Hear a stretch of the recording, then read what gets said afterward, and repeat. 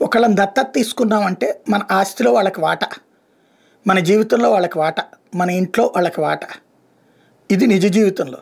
దత్తత తీసుకున్నారంటే ఒరిజినల్ వారసులకు ఎట్లాంటి హక్కు ఉందో దత్తత తీసుకున్న వాళ్ళకి కూడా సేమ్ హక్కు వర్తిస్తుంది. ఆ పదాన్ని వాడటం మానేయడం బెటర్ చంద్రబాబు గారు.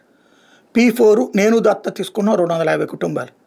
దత్తత తీసుకుంటే ఒక బిడ్డను మనం దత్తత తీసుకుంటే వాడు చిన్నప్పుడు లాగుల దగ్గర నుంచి ముక్కు చీమిడి తీసే దగ్గర నుంచి లాగుల దగ్గర నుంచి వాళ్ళని జాగ్రత్తగా పెంచి పోషించి ఉద్యోగాలు, ఉపాధి, పెళ్ళిళ్ళు, పేరంటాలు, మనవళ్ళు, మనవరాలు మొత్తం వాళ్ళే తీసుకుంటారు. చివరికి చచ్చాక తలకొని వాళ్ళతోనే పెట్టించుకుంటారు. అది దత్తత అంటే. ఇక్కడ మన దత్తత ఏంటి? ఆ కుటుంబం మొత్తాన్ని మనమే పోషిస్తామా? ఆ కుటుంబ జీవితం అంతా మనమే చూసుకుంటామా? లేకపోతే వాళ్ళు చేసుకుంటే మనం 10 రూపాయలు 10 రూపాయలు సాయం చేస్తాం. అది హెల్ప్ అవుతుంది తప్పించి దత్తత అవ్వదు. వాళ్ళ ఇంట్లో పిల్లలందరూ చదువులకు అయ్యేటటువంటి మొత్తం ఖర్చు అంతా ఏ ప్రైవేట్ కాలేజీలైనా మనమే పెడతామా? లేకపోతే వాళ్ళు చదువుకుంటున్నప్పుడు ఏదైనా పైన పుస్తకాలకు వీటికి ఇస్తామా? ఏంటి అసలు ఈ దత్తత?